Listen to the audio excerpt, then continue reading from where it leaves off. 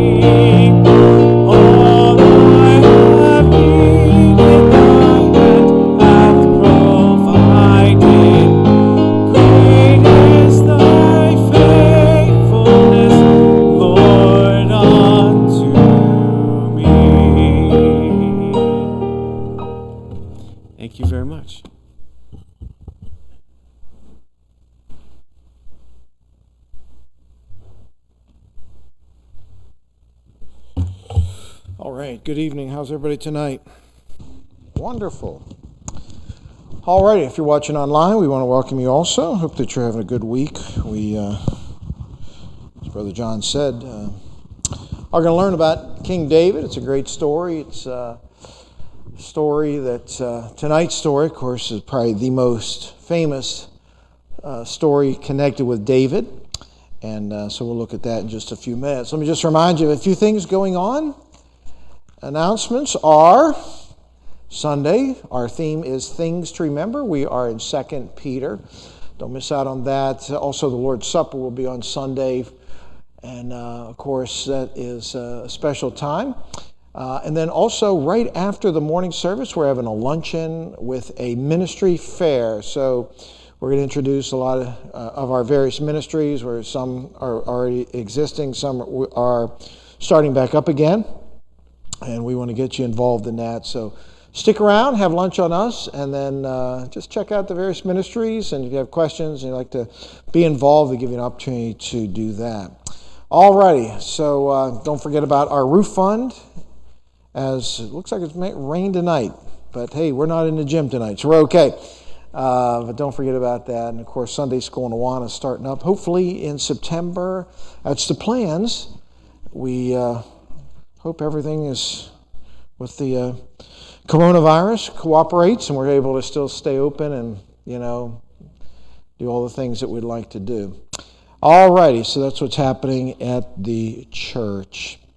Alrighty, we're going to just jump right into our lesson tonight. So let's look at 1 Samuel chapter 17. 1 Samuel chapter 17. David is a great Old Testament hero. He is greatly revered and remembered as a man of God. We looked at last week. The theme was a man after God's own heart. So let's review a little bit. We'll read a scripture. We'll pray some. In fact, let's pray first, shall we? Lord, thank you for tonight and the opportunity now to look at this great man of God. We look at the story of David and Goliath tonight. Everybody knows some parts of it, but help us to understand all of it and get the message completely so that we can be encouraged by the faith of this young man. Bless now those that are here watching and listening, and those online also. Help us all to learn and take something out of the message tonight that will be a help and challenge to us. We pray in Jesus' name. Amen. Alrighty, let's just kind of review a little bit. Samuel was the last judge. We just got done with the book of Judges and looked at Samuel as being the last judge. The people, if you remember, did not want Samuel's sons to have leadership because they were corrupt, unfortunately. So Samuel was in his old age. The people came to him and they begged him that they would have a king. A king was chosen against God's best plans and best will that he had for the people of Israel, King Saul. And he is now the first king of Israel. But as we saw, he messed up on a number of occasions. He disobeyed the Lord. He was not a man after God's own heart. And so Samuel eventually had to basically leave Saul and no longer go back and minister to him or to be his prophet or his mentor. And so Saul's kind of on his own. Well, as he was leaving Saul, God instructed Samuel to ordain and to anoint the next king, and that would be a young man from the city of Bethlehem. His father's name was Jesse. And how many sons did Jesse have? 8 sons. Well, 7 of the 8 were there when Samuel went by his house, and one right after the next, from the oldest to the youngest, passed by him, and none of them were the ones that God had chosen. Finally, he asked if there was anybody else, and there was one last young man. His name was David. David was called ruddy, which means, he was reddish hair, of a good countenance, meant that he was a handsome young man. And so he now is anointed. Now, that doesn't mean he's going to be the next king immediately. It just means he will replace Saul whenever Saul, dies. So, and that's what kings were all about. It wasn't for a specific term. It was until they died. And God would have continued the history of the kings through Benjamin, which Saul was from the tribe of Benjamin. So we see now a transfer in power. As David receives the Spirit of God, what happens to the Spirit of God for Saul? It departs. And what replaces that Holy Spirit? An evil spirit. So this evil spirit caused depression, caused Saul to become very sullen, angry, moody, just messed up his life completely, messed up his countenance. Everything about Saul now had changed completely. And so his advisors saw that Saul needs somebody to come and play a musical instrument. And so somebody comes and says, hey, I know this young kid from Bethlehem who plays a harp. And, of course, that's David. So out of all the people he could have chosen to, be the person who would take care of Saul, David is chosen. Once again, it shows the providence of God. It shows how God was orchestrating everything, putting everything together so that these two lives could come together. So what did David do? He played the harp. What happened to the evil spirit? It was gone. And, music sometimes, as I was talking about last week, can be very therapeutic. It can put us in a good mood. It can put us in a bad mood. It can put us in a joyful mood. It can put us in a tearful mood. Music affects the soul. And so David played music that would help Saul's evil spirit to leave him, and so Saul felt better. So that's kind of where we left it. Well, then Saul is so impressed with David that he asked his father, can he come and stay here and be my armor bearer? And so he was given quite a great responsibility. He would kind of be the assistant to King Saul. Well, as he would do that, there were times in which David would head back home and still tend the sheep of his father. It's kind of interesting. He took care of King Saul, but yet he still wanted to do his duties at home likewise. So as we're going to see the story unfold tonight, let's see the message tonight is David's early tests and triumph. God was going to put David through a test. And how would David fare? Remember, Saul was not a man after God's own heart. What was the first time that Saul messed up? Do you remember? Was it had to do something with a battle that was going on? And do you remember they were told, Saul was told to wait for Samuel to come and sacrifice. But what was Saul's spirit? He was afraid. And because he was afraid, he offered up a sacrifice. So God was not looking for somebody that was fearful and afraid. He needed somebody who's brave, somebody who's courageous. If you remember the second time he messed up royally, hey, get that? He's a king royally. Little joke there, I've just kind of thought that right there at the spur of the moment, didn't have it written down. Anyhow, he messed up the second time whenever he was to kill all the Amalekites, and he brought back the king. And then he brought back some of the animals to sacrifice, and Samuel wants to know, why did you do that? And he said, I was afraid of the people, what the people were going to say, what they were going to think, and so this is what it is. So what are we seeing in Saul's life? We're seeing fear. We're seeing somebody that's trying to please men instead of pleasing God, somebody that's afraid. And so God's looking for somebody that's brave. Well, tonight we're going to see a story, a very famous story, the story of David and Goliath. Who doesn't know the story of David and Goliath? Even unsaved people, the secular world will, if they're talking about, two teams or two people that are opposing one another, whether it's in a fight, whether it's in a game, and they'll sometimes consider it a David versus Goliath, meaning that Goliath is the perceived winner, the favorite to win, and David is the underdog. And that has kind of become a cliche, a David and Goliath type situation. So everybody kind of knows the story of David and Goliath, and we're going to look at it today, but understand that this story is going to show the real mettle, the real inner strength that David has, his faith, his courage, his bravery. Everything that Saul was not, you're going to see David was. And this is really a microcosm of who these people really were. One side, one guy was afraid, fearful. The other guy was brave and strong. And so, once again, this is why God had to replace Saul with somebody else that was more like what God wanted him to be. So let's look at the story tonight, shall we? The story of David and Goliath. Well, the Philistines, let's start reading in 1 Samuel chapter 17. Verse number 1, it says, Now the Philistines gathered together their armies to battle, and were gathered together at Shokah, which belongeth to Judah, and pitched between Shokah and Azekah in Ephes-Dammim. And I don't know if I'm even pronouncing these words right, but they sounds right to me. And Saul and the men of Israel were gathered together and pitched by the valley of Elah and set the battle in array against the Philistines. And the Philistines stood on a mountain on one side, and Israel stood on a mountain on the other side, and there was a valley between them. So let's paint the picture here, if you will. The Philistines were continually invading Israel.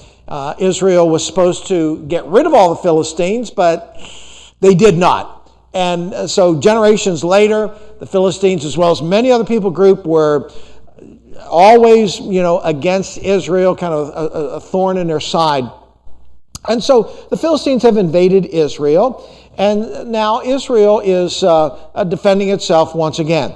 We're going to read later on that Jesse's 3 oldest sons are there in Saul's army. So David's 3 brothers are there likewise. As we're going to see a little bit later on, David is not there initially during this battle. As we had mentioned before, David was not only taking care of King Saul. It's kind of interesting because he was his armor bearer, but he was not there that day or that time. And then he would go home at times to still fulfill the duties as a shepherd for his father. So he kind of had a dual role there between King Saul, which would have been a glamorous position, and being a shepherd, which is a very humbling position. So you can see the dynamics of his personality. Now, as we see the story, let's look at the first thing is the challenge. So let's look at the challenge. The armies had already been fighting. They are now in the valley of Elah. Elah is located about 15 miles southwest of Jerusalem. So Jerusalem's more towards the southern part. Remember, Galilee is way up north. Sea of Galilee is down to the south. The Jordan River runs in between. Jerusalem is to the west of the Sea of Galilee, and would be towards the southern part of Judah. So if you go below Jerusalem, there's a wide valley called the Valley of Elah. And so this would be closer as you would head down like towards, I'm saying Sea of Galilee. I meant the Dead Sea at the bottom. And so this would be, Jerusalem was north west of the Dead Sea. All right, so southwest of the Sea of Galilee. And so this would be kind of down in that desert area that is below Jerusalem. All right, now let's look at the challenge. So it's in the city of Elah, and they're both gathered. Both sides are gathered. Evidently some fighting had been going on. And so as was customary, you wanted to try to get the higher ground. If you were on the higher ground, you had the advantage. You could shoot down at the enemy. And so, if you were up higher, you many times gained the advantage. Well, one group is on one mountainside, and the other group's on the other mountain, so they both kind of have the same strategic, advantage. And down in the valley is, many times where the battles were fought. Many times they'd come down to the valley because the valley would be a level area, and the battles normally were fought down there. Many times they would come down from the mountains and attack in the valley. So you have two armies on opposing mountain tops or mountain areas. You have a valley in between. And we see now, verse number 4, and there went out a champion out of the camp of the Philistines named Goliath of Gath, whose height was 6 cubits and a span. Now, we're introduced to a champion. The champion's name was Goliath. He was extraordinarily big, really big. I don't know that there would be anybody that's alive today. In fact, I know there's nobody probably alive today that would be the same height that Goliath was. He's described as being a 6 cubit and a span, and that would be somewhere between 9 and 10 feet tall. So, basketball players, if they're over 7 feet, that's about as tall as they're going to get. I don't know if there's, maybe somebody can Google real quick who the tallest man in the world is right now. Maybe somebody's up to 8 feet. I don't know, but I guarantee nobody's at 9 feet. And so, not only was he big, I'm sure he was tall, but I'm sure he was a big guy too. So, when you're 9-10 feet, you can weigh 500-600 pounds and not be a big heavy guy, but that's just, that tall. That's how much many times a big man is going to weigh. And so these giants, what's these giants all about? Do you remember any giants in the Bible before this time? When were there giants before? Was it when the Israelites were going to go into the promised land, into Canaan? You remember under Moses? And they sent the spies out. What did the spies say? It's a great land, but there's giants in the land. And so we can't win. And that cost them 40 years of wandering in the wilderness because they're afraid of the giants. Well, did the giants ever go away? 40 years later, the giants were still there. But the next group, the next generation under Joshua went in and they defeated many of the giants. Unfortunately, there were some areas that they never conquered. And these areas were, sounds like thunder outside there. These areas were Gaza, Ashdod, and Gath. These were 3 of the 5 cities, major cities of the Philistines. Gaza, maybe you have heard in the news over the last number of years about an area called the Gaza Strip. The Gaza Strip is a little area of land right on the Mediterranean Sea coast to the south, and it is a Palestinian-run area. Unfortunately, the Hamas and the Hezbollah, which are a militant group, are in control of that area, and they try to challenge Israel by shooting rockets from Gaza to the border cities. So, just to kind of give you an idea where it's at, they never totally destroyed all the giants. Now, these were genetic freaks. These are people that, it's kind of like, in the early Bible days, when people lived to 900 years, 960, 969 was the longest. That doesn't happen anymore, as we all know. And so it is with the giants. That doesn't happen anymore. As people became normal, the giants, this large group of people eventually died out.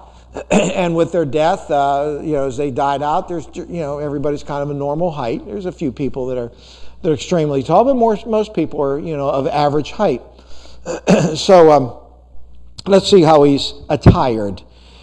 He's 6 cubits in a span. He had a helmet of brass upon his head, and he was armed with a coat of mail. And the weight of the coat was 5,000 shekels of brass. And so he has on a helmet to protect his head, and this armor was kind of like a mesh, overlapping plates type of armor, and the weight of it, to put it in our, just making sure it's still working, to put it in our type of weight system would be about 150 pounds. That's just the armor weighs 150 pounds. So you can imagine, how big you have to be just to have 150 pounds on your body as armor. As he has, of course, this armor, this helmet of brass. They continue to say that, verse number 6, and he had greaves of brass upon his legs. These were kind of like shields that would wrap around the legs. And a target of brass between his shoulders. So he's got brass everywhere. And, it was a metal that was used by the Philistines. They were very cunning when it came to working with metal. They were much more advanced than the Israelites.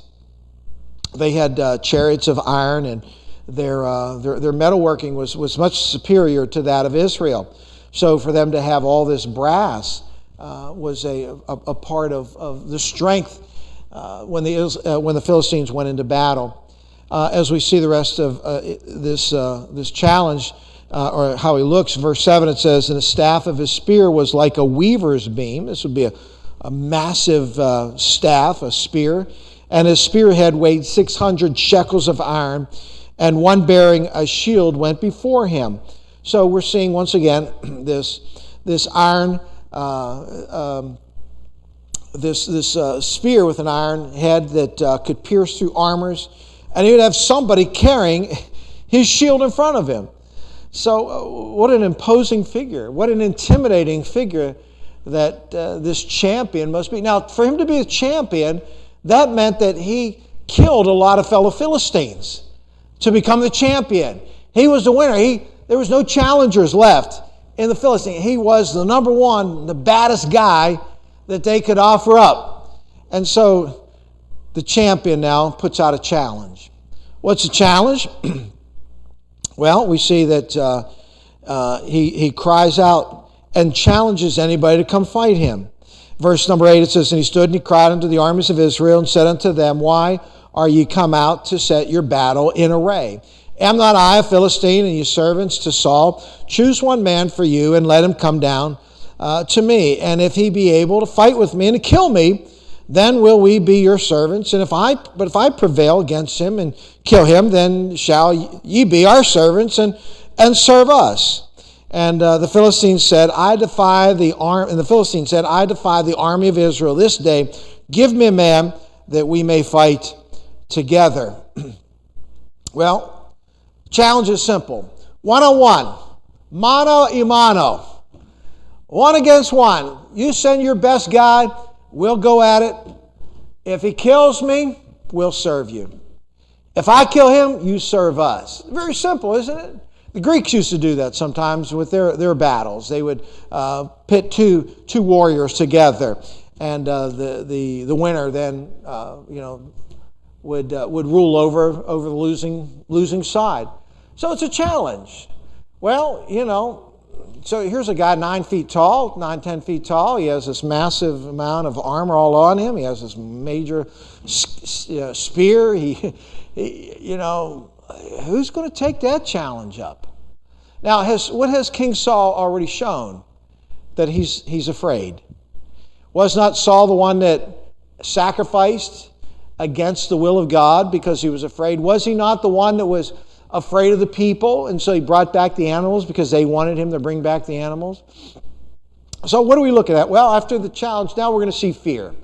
The fear sets in. Verse 11 says this, "And when Saul and all Israel heard those words of the Philistines, they were dismayed and greatly afraid."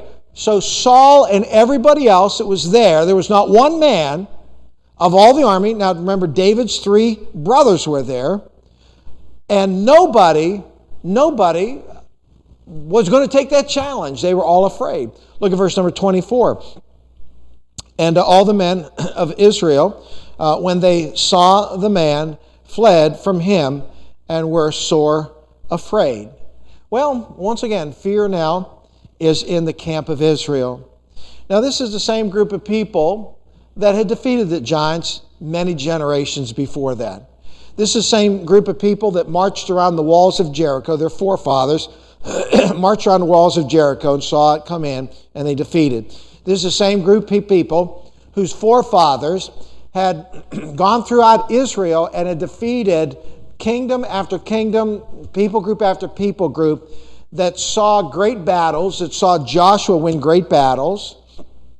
But yet, generations later now, they're afraid, they're fearful, they're not brave like their previous generation was. And as they now are cowering over this challenge, we need to see how fear is really a crippling attitude that we can have in our life. Look at these verses about fear tonight. Proverbs chapter 29, verse 25 says this, "The fear of man bringeth a snare, but whosoever putteth his trust in the Lord shall be safe." When you're afraid of man, what happens? It's a snare. The word snare is like a trap. It entraps you. Look at the next verse here. The famous Psalm 23, written by David, by the way. "Yea, though I walk through the valley," kind of interesting because this battle took place in the valley of Elah. "Yea, though I walk through the valley of shadow of death, I will fear no evil. For thou art with me, thy rod and thy staff, they comfort me." Now, it's kind of interesting that the good shepherd has a rod and a staff that comfort the shepherd. And who's the shepherd? David. And who has this long staff of iron, Goliath. But God has a staff also. And God has this rod and this staff that help us and comfort us. And this is a great verse that David wrote as inspired by the Holy Spirit of God. Look at Psalm 27, verse 1, another psalmist. David once again, "The Lord is my light and my salvation. Whom shall I fear? The Lord is the strength of my life. Of whom shall I be afraid?" Notice the questions are asked in this psalm. It says, "Whom shall I fear? And whom shall I be afraid?" Well, there's a lot of people afraid of Goliath that day. From Saul all the way down the line, nobody was brave enough to take him on. Now, as we see this story unfold, where's David at this time? Well, David is tending sheep. We pick up the story in verse number 12. Now, David was the son of that Ephrathite of Bethlehem, Judah, whose name was Jesse, and he had 8 sons. And the man went among men for an old man in the days of Saul. And the 3 eldest sons of Jesse went and followed Saul to the battle. And the names of the 3 sons that went to battle were Eliab, the firstborn, and the next unto him Abinadab, and the third Shammah. And David was the youngest, and the 3 eldest followed Saul. So you had 8 sons, 3 are with Saul. David is back, that's 4, and then 4 other sons were not there. Now, and so where was David? Verse 15 said, "But David went and returned from Saul to feed his father's sheep at Bethlehem." Once again, he still wanted to maintain his responsibilities and his duty to his father. He was a shepherd. Even though he was an armor bearer for King Saul, he still wanted to take care of his father and take care of his father's sheep. So he's going from a prominent position, being in the court of King Saul and his right-hand man, to being a lowly shepherd. Back and forth he goes, taking care of both Saul and, of course, his father. So he's back home now, and we see verse number 16, "And the Philistines drew near morning and evening, and the Philistine," that's Goliath, "and presented himself 40 days. 40 days. Kind of interesting. Every single day they had to hear taunting and mocking and challenges. And there's no telling what this Philistine had to say. I was thinking as I was studying this lesson also, the Jews spoke Hebrew, and the Philistines probably spoke some sort of Philistine language, but maybe there was some sort of common language, or maybe somehow they knew each other's language. I'm not really sure how the whole language worked out, but I do know this, that they were able to communicate, and for 40 days, every day, the challenge, come on, send somebody over. Who's big enough? Who's bad enough? Who's strong enough? Who's brave enough? Who's your champion? Next day, come on, I'm ready, I'm waiting. Who's up? Send them over, let's go. And they had to listen. Come on, you're scared. You remember when you were a kid? You're a chicken. You're a chicken. You never want to be called a chicken when you're a kid. You're a chicken. Bok, bok, bok, bok. They start mocking, chicken, And no telling all the nonsense that was spoken. And the other, Saul and his guys are like, "You want to fight him? I don't want to fight him. How about you?" "No, you kidding me? How about you?" "No, you fight him. No, you fight him." They couldn't find anybody. They're all afraid. And so David is away, and, he doesn't know what's going on. And verse 17, and Jesse said unto David his son, "Take now for thy brethren an ephah of this parched corn, and these 10 loaves, and run to the camp to thy brethren, and carry these 10 cheeses unto the captain of their 1,000, and look how thy brethren fare, and take their pledge." Now, the dad knew that they were in battle with the Philistines, and, dad wants to make sure that his sons are fed. So, they, did they have a standing army? Well, yeah, sort of. How did they get food? I don't know, but evidently some of the people felt like they needed to send food down to the soldiers. And so verse 19. Now Saul and they all, the men of Israel, were in the valley of Elah fighting with the Philistines. So there's still some fighting evidently going on, but the challenge still was not taken. And so verse 20, David rose up early in the morning and left the sheep with a keeper and went as Jesse had commanded him, and he came to the trench as the host was going forth to fight, and shouted for the battle. And for Israel and the Philistines had put the battle in array, army against army. So, sometimes we think that there was a lull in the battle, but actually they were still fighting. Just nobody wanted to fight Goliath. And every day, come on, let's settle this. Fight me. Whoever wins, we can end this battle. We can end this fighting. So they're still fighting.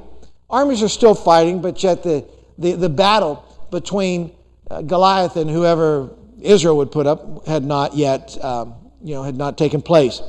And so David finds out what's going on. He brings the food to his brothers. He salutes them.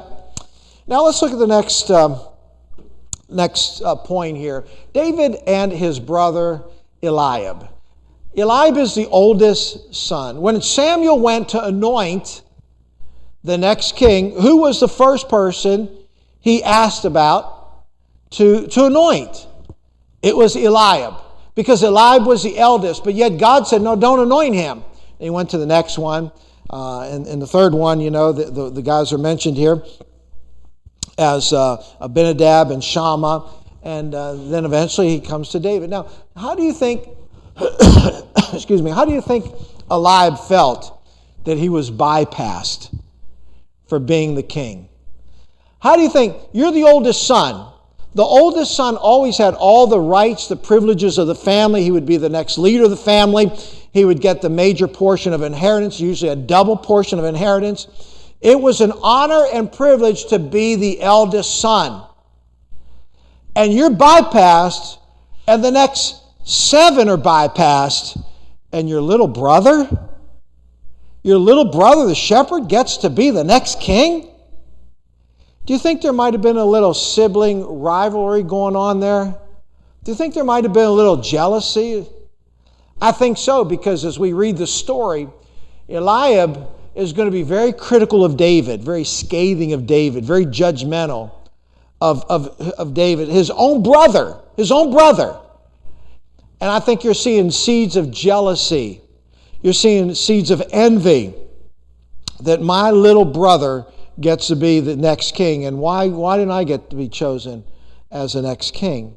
So let's look at Eliab's story. Look at verse number 23. And as he talked with them, behold, there came up the champion, the Philistine of Gath, Goliath by name, out of the armies of the Philistines, and spake according to the same words, and David heard them. And all the men of Israel, when they saw the man, fled from him and were sore afraid. So, they'd fight a little bit, and then Goliath would get up, all right, who wants to take me on? Not me. And they'll take off running again. Kind of this dynamics went on for 40 days. And verse 25, and the men of Israel said, have you seen this man that is come up? Surely to defy Israel. He has come up, and it shall be that the man who killeth him, the king will enrich him with great riches, and will give him his daughter, and make his father's house free in Israel. Well, that's a pretty good prize, isn't it? Notice he said, if Saul put out a reward, anybody that can fight this guy and kill this guy, I will make you a rich man. Well, I'm sure some ears perked up. And you can marry my daughter. Now, what was the point of marrying his daughter? Well, you could be the son-in-law of the king. You understand all the perks that come from being the son-in-law of the king? And then I will make your house free, your father's house free in Israel, meaning that you would pay no taxes, no dues, no tribute. If he was a slave, or if anybody owned his property, it's all set free. I'll take care. Not only will I reward you, I'll reward your family. And still no takers. Because most of the guys, probably all the guys, are thinking, well, it doesn't matter because I get killed. I get none of that stuff. And so, verse 26, and David spake to the men that stood by him, saying, what shall be done to the man that killeth this Philistine, and taketh away the reproach from Israel? For who is this, uncircumcised Philistine, that he should defy the armies of the living God. Now, it's kind of interesting that the Jews many times would refer to the Gentiles as being the uncircumcised. Circumcision was a tradition for Jewish men, Jewish boys. At 8 days they were circumcised, dedicated. And so it was a symbol that they were all part of the family of God. And from Abraham, it started with Abraham, and it was passed down generation to generation. So it was kind of a way of identifying, if you will, the Gentiles. These uncircumcised mean that they're not our people. They're not Jews. They're not called to be Abraham's children, and they look down upon them. And so, in essence, this uncircumcised Philistine, that he should defy the armies of the living God. I like the attitude David has. Who is this guy to challenge us? Who's this guy think he is? We're the Israelites. We serve Jehovah. We are God's people. You don't defy us. We defy you and your gods. And so he's the only one that has courage. He's the only one, that's willing to take a stand. He's the only one that is going now to take the challenge. And so he's questioning, why is everybody so afraid of Goliath? And so we see that he is now going to, take this challenge. And so verse 27, then the people answered him after this man, saying, so shall it be done to the man that killeth him. Now here's Eliab. Here's his brother. Here's where the brother comes in. And Eliab, his eldest brother, heard that he spake unto the men, and Eliab's anger was kindled against David. Now he's mad at his own brother. You'd think he'd think, wow, my brother's pretty brave. My brother, he's not afraid like all the rest of us, but he's mad, he's angry. Many times when you have an angry spirit, there are times the Word of God says, be angry and sin not, but sometimes our anger is fueled by the flesh, fueled by hatred, fueled by jealousy, fueled by pride and lust and greed and all the other wrong things that sometimes are in our heart. And anger usually is just a manifestation of what's already been in our heart. And so he already has something against his brother. He's already mad and jealous at his brother. Now, his brother, here's, the three brothers there, they've been fighting, and nobody wants to fight Goliath, but they've been fighting with Saul. And here the little brother comes, and so he's angry. And notice what he says. Why camest thou down hither? Verse 28. And with whom hast thou left those few sheep in the wilderness? Now, you're a shepherd. Go back to your sheep. This is man stuff. You go take care of your little sheep. Who'd you leave your sheep with, by the way? Notice what he says. I know thy pride and the naughtiness of thine heart. He's judging him, is he not? You're filled with pride. Is David filled with pride? No, he's a man after God's own heart. He was filled with a sense of patriotism. He was filled with bravery. He was filled with courage. He was not filled with pride and naughtiness of heart. So there, it goes to show you how a good man can be evil spoken of. A good man that loved God, that was strong in his faith, and his own brother should have appreciated his faith and his strength, and yet he criticizes him and calls him a proud, arrogant naughtiness or haughtiness of thine heart.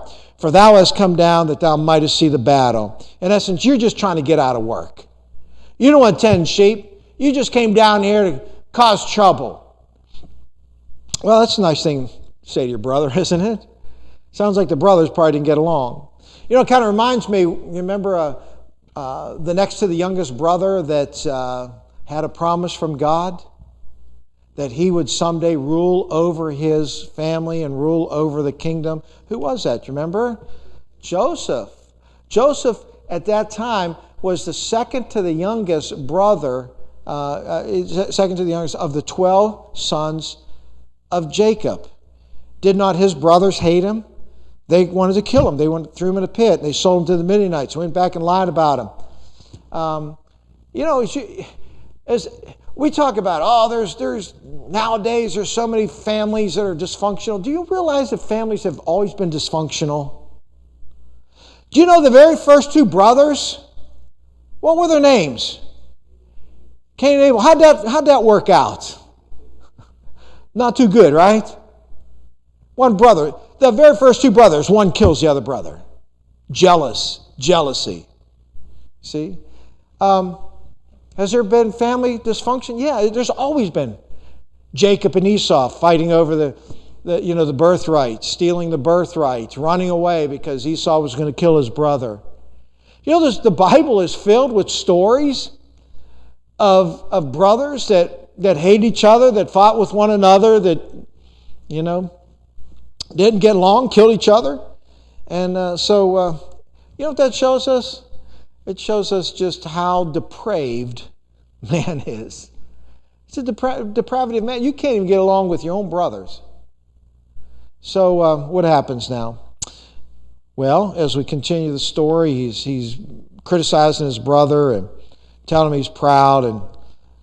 But David, he doesn't listen to that nonsense. Look at verse 29. David said, "What have I done? What have I now done? What have I done? Tell me, what did I do wrong?"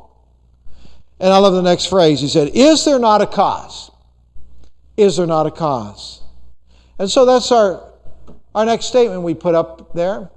The cause. What is the cause? Well, the cause is to prove that God is mightier than all.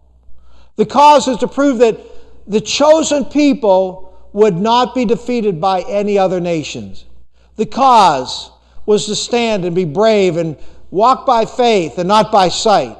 The cause was to take back our land that God had given our forefathers. The cause was not to let this big old uncircumcised Philistine make fun of us and defy the armies of Israel, because God ultimately is the one that's being ridiculed and mocked. What is the cause? Well, this was not only a physical battle, it was a spiritual battle. And that's one of the things that I think gets lost in this great story. We think of it as just a physical battle. One guy fights another guy. And it's much more than that. It is a battle of the gods. It is like when Elijah challenged the prophets of Baal. Let's go to a contest and let's see who can call down fire. And if our God, my God, Jehovah God brings down fire, then let's worship Him. If your false gods can bring down fire, then let's worship them. And this is what the bottom line is. It was all about God, His reputation, His power, His might. This had nothing to do with the men. It had to do with the gods of the Philistines versus the God of Israel. Because many times they equated a victory or a defeat in biblical times based on who your God was. Because when Israel would lose, they think, not only did we defeat Israel, we defeated Jehovah. And when the Israelites would win, they said, not only did we defeat the enemy, but we showed that their gods are non-existent. So understand, this is a much deeper than simply a physical battle. It is a spiritual battle. And so is there not a cause? Is there not a cause, Christian soldiers? Is there not a cause for us to rise up against an enemy called the devil? Is there not a cause to reach people for Christ? Is there not a cause to pray for our country and ask God to bless our land despite many, many things that are anti-biblical? Is there not a cause in our families? Is there not a cause in our churches, our schools? And maybe that's the thing we need to ask ourselves sometimes as we go throughout life and we kind of just get caught up in a day-to-day routines. We need to find out, what is my cause? What is my purpose? What is my calling? What am I supposed to be doing? Yes, you go to work and you work in a secular field, and that's great, but is my ultimate cause to be a light to this place of darkness where I'm at? Is there a cause? If I'm in ministry, what is my cause? Just to have the exterior, buildings and programs, or is my cause to reach people for Jesus? and see people turn their hearts to Christ and walk like true Christians should walk. So we need to, like David many times, ask ourselves the question, what is my cause, or is there not a cause? Well, the next we look at is David and Saul. Now Saul finds out that David is going to go to battle, verse 32. And somebody went to Saul and said, "Hey, there's a guy down there. We found somebody who wants to fight the giant Goliath." So they went and they told King Saul about David. And so David now comes in verse 32, and David said to Saul, "Let no man's heart fail because of him. Thy servant will go and fight with this Philistine." So David was already had a relationship with Saul. He was his armor bearer. He played music for him. So he wanted to do that. And so verse 33, and Saul said to David, "Thou art not able to go against this Philistine to fight with him, for thou art but a youth, and he is a man of war." He tried to talk him out of it. "You're just a young kid. Well, what do you know about fighting this guy? This guy is a veteran warrior. He's killed probably hundreds and thousands of men already. You're going to your death." He didn't want to see David slaughtered by this man. So he tries to talk him out of it. And so David tells a story when he was a shepherd. He said, one day I was tending my sheep, and he said there was a lion and a bear that came, and they took a lamb out of the flock. And he said, I went after him, verse 35, and I smote him, and I delivered it out of his mouth. And when he arose against me, I caught him by his beard and smote him and slew him. So he said, I killed a lion. Now look, if I saw a lion and a bear take one of my sheep, you know what I'd say? "Well, I still got 99. That's all right. It's not too bad. I came back with most of them."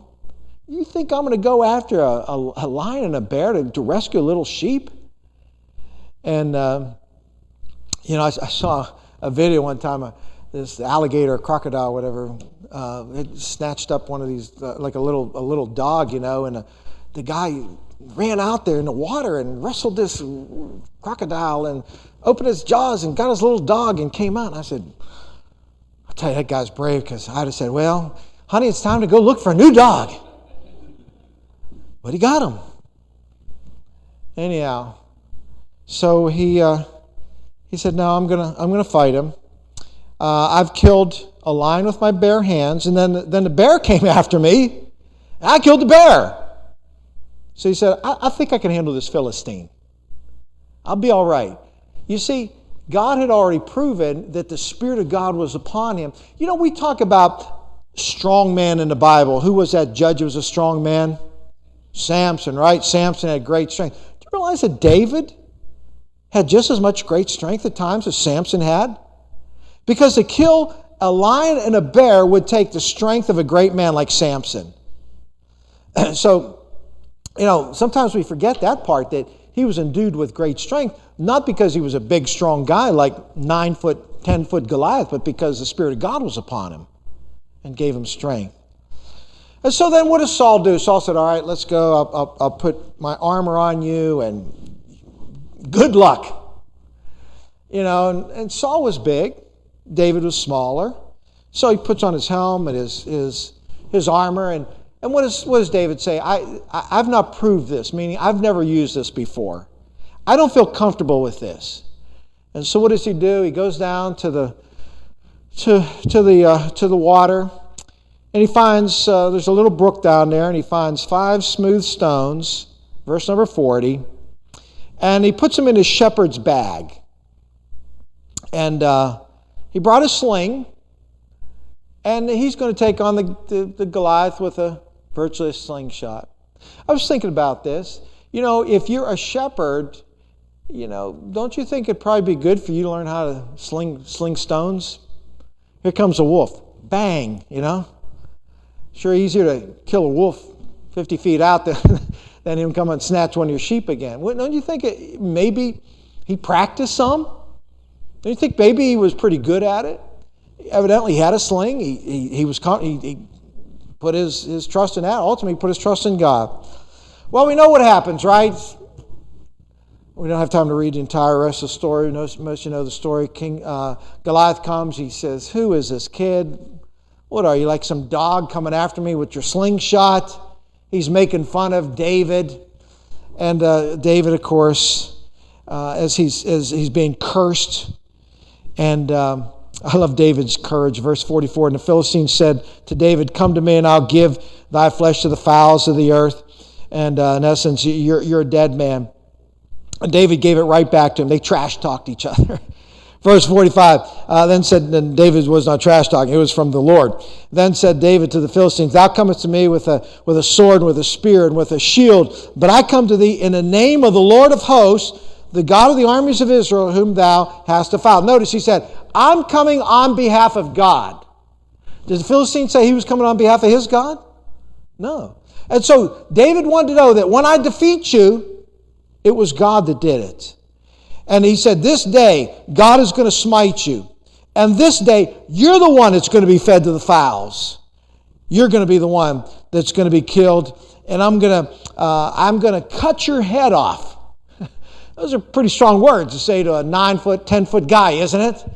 And all you have in your hand is a slingshot and 5 smooth stones. And so everybody is gathered together and they're ready for this battle. Well, it wasn't much of a battle, was it? It was over pretty quickly.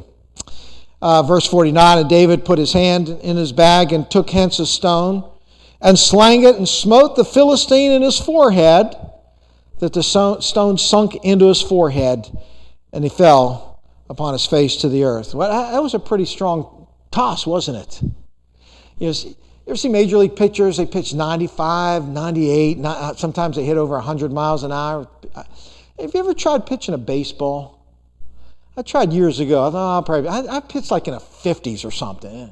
I couldn't even be a pitcher in Little League.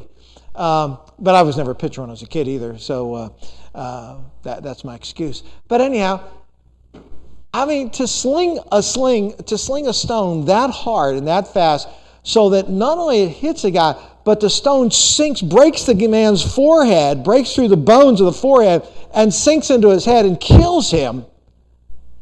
That's quite a toss. That sounds like that was a stone that the Lord directed right into the head of the Philistines. Well, he falls down, and David doesn't even have a sword, so he takes Goliath's sword and starts cutting him up, and he chops off his head. PG-13, decapitates him. Kills him. Takes his head. Gross, I know. But that's what they did. They cut off the heads of their leaders or of their warriors, and they presented it, and it was kind of like a trophy. And he takes his sword, Goliath's sword, and Goliath's head, and he walks away from the battle. Well, everybody's all excited. Yay, we won. And they start chasing the Philistines. The Philistines, oh, how did that happen? And so that day, God gave a great victory, and they chased them. And so David took the head, verse 54, David took the head of the Philistine and brought it to Jerusalem, and he put his armor in his tent. That was pretty nasty, but he took his head, presented it in Jerusalem, took his armor, and of course the sword and everything he had, and he put it in his tent. Well, verse 58, and Saul said to him, "Whose son art thou? Thou art a young man." And David answered, "I am the son of thy servant Jesse, the Bethlehemite." Saul didn't even know who are you? "Oh, you're the guy that plays the harp. You're my armor bearer." How did he? I don't know how he didn't reckon. I don't understand how he didn't put this together. But in essence, remember, Saul had this evil spirit to come back and forth. Maybe it confused him, and he didn't always think right. And so he finds out that that's who he is.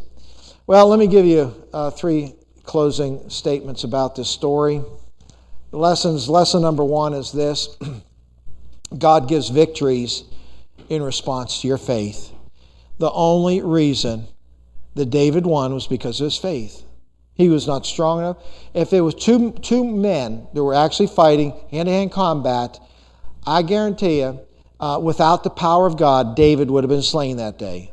But when you have God on your side, it changes everything. And so it's faith that brings the victory. Point number 2, there are giants in our life that will sometimes test our faith. God will test our faith, and it seems like it's an impossible thing. The giant was an impossible foe. There's no possible way. Just like the Red Sea. You can't cross the Red Sea, Israel, escaping Egypt.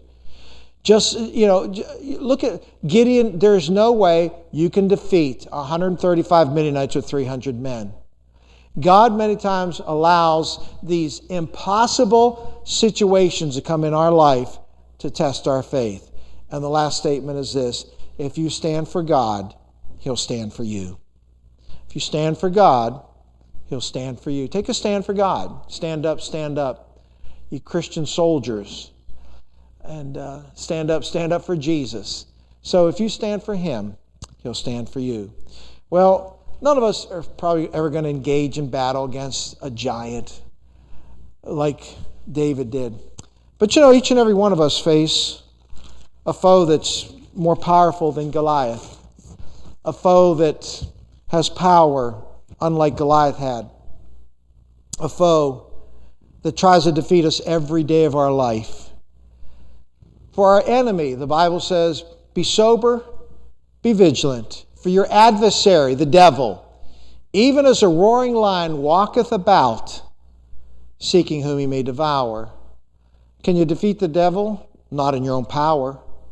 Can you defeat the devil through the Spirit's power? Absolutely. For greater is He that is in you than he that is in the world. And so understand, as we go into battles, realizing that with God, I cannot lose. If God be for me, who can be against us? So always remember that you have an enemy likewise, but the victory is ours through Jesus Christ. We are more than conquerors. More than conquerors. Well, we're finished with our story. We went a little bit over time. It's a long story, but it's a great story. And I skipped a lot of verses, so you got to read all the rest, fill in all the gaps. But I think you got the idea of the story. We're going to go to prayer. We're going to say goodnight to those who've been watching online, and we are going to go to prayer. Does anybody...